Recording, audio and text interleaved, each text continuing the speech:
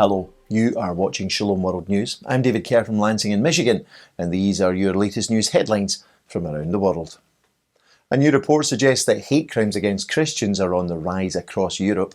The study carried out by the Austria-based Observatory on Intolerance and Discrimination against Christians in Europe found that such crimes have gone up by 70% over the past year across the 5 European states included in the study. The report is entitled Under Pressure: Human Rights of Christians in Europe. It analysed data for 2019 and 2020 from the United Kingdom, France, Germany, Spain and Sweden. Upon releasing the report on December the 7th, the organisation's executive director, Madeleine Enzlberger, explained that the definition of hate crime ranges from acts of vandalism against Christian buildings to crimes perpetrated against individual or groups of Christians. The Hong Kong Catholic businessman Jimmy Lai has been convicted of participating in an illegal vigil to commemorate those killed in the 1989 Tiananmen Square massacre in Beijing. Mr. Lai and 2 other pro-democracy campaigners were accused of gathering on June the 4th of this year to pray for all those who were killed by the Chinese state's crackdown on democracy protesters in the Chinese capital 32 years ago. Commemorative gatherings have been banned in Hong Kong for the past 2 years under COVID-19 protocols. Many observers, however, believe those protocols are but a pretext for a clampdown on pro-democracy supporters in Hong Kong. Mr. Lai, who was the owner of the now defunct pro-democracy Apple Daily newspaper, will now be sentenced on December the 13th. He faces up to 5 years in prison. The Latin Patriarch of Jerusalem says that the Mediterranean island of Cyprus, recently visited by Pope Francis, is where Europe and the Holy Land meet.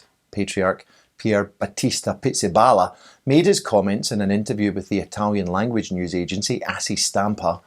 Patriarch Pizzaballa was named Latin Patriarch of Jerusalem by Pope Francis in October of last year. The 56-year-old Franciscan friar oversees the pastoral care of an estimated 293,000 Latin Rite Catholics in Israel, the Palestinian territories, Jordan and Cyprus.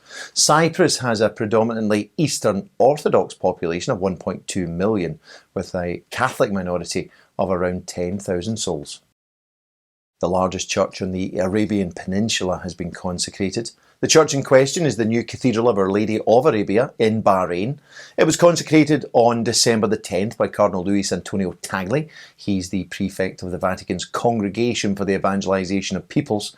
Cardinal Tagli concelebrated Holy Mass with the administrator of the Vicariate of Northern Arabia, Bishop Paul Hinder, and Archbishop Eugene Nugent, who is the Apostolic Nuncio to Qatar, Kuwait and Bahrain. The sacred ceremony began with the blessing of water, which was then sprinkled on the walls of the cathedral. After the liturgy of the word, Cardinal Tagli anointed the altar with the oil of chrism and burned incense upon it, thus making it worthy for the holy sacrifice of the Mass. The new cathedral can accommodate 2,300 people and stands on a 9,000 square metre plot donated by the ruler of the overwhelmingly Muslim island nation. Both Pope Francis and Pope Emeritus Benedict XVI were gifted Christmas cribs this week by a group of German pilgrims to Rome. A delegation from the Association of Bavarian Crib Friends handed over the nativity scenes on December the 8th to Archbishop Georg Ganswein, who is both prefect of the papal household and private secretary to the Pope Emeritus. While one of the scenes depicts a landscape, the other shows a snow-clad nativity scene. The association's president, Father Martin Martinreiter, said the 2 nativity scenes represent the different regions of Germany. The gifting of the nativity scenes took place as part of an international exhibition entitled 100 Nativity Scenes in the Vatican, which opened on December the 5th beneath the colonnades of St. Peter's Square. Meanwhile, this is the nativity scene in the middle of St. Peter's Square. It was unveiled to the public on December the 10th during the official Christmas tree lighting ceremony. The crib statues of Joseph, Mary and the 3 kings are dressed in the costumes of Peru's indigenous Chopka people, unlike the typical depictions of the Magi who go to Bethlehem on camels with presents of gold, incense and myrrh. This Andean version has them accompanied by llamas and carrying sacks of local Peruvian food such as corn, quinoa and potatoes. The 30-piece nativity scene was chosen by the Vatican City-State's executive body to commemorate Peru's 200th anniversary of independence. Finally, thousands of people have gathered in the Argentinian city of Tigre for the 72nd solemn boat procession in honour of the Blessed Virgin Mary. The annual event, which was cancelled last year due to COVID-19, was held this year on December the 8th, the Feast of the Immaculate Conception, with the title of Under the Mantle of Mary, We Feel Safe. After an open-air mass celebrated by Bishop Oscar Ojeo of San Isidro, a statue of Our Lady of the Immaculate Conception was placed on the deck of a decorated naval vessel. As the procession began, Our Lady was then given a water cannon salute by an adjacent boat.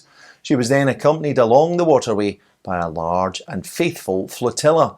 Thousands of people gathered on both shores to cheer the Marian procession. Ave Maria. Well, that's your latest headlines for now. Do join us for more tomorrow. You can also follow us at swnews.org for news updates. Shalom.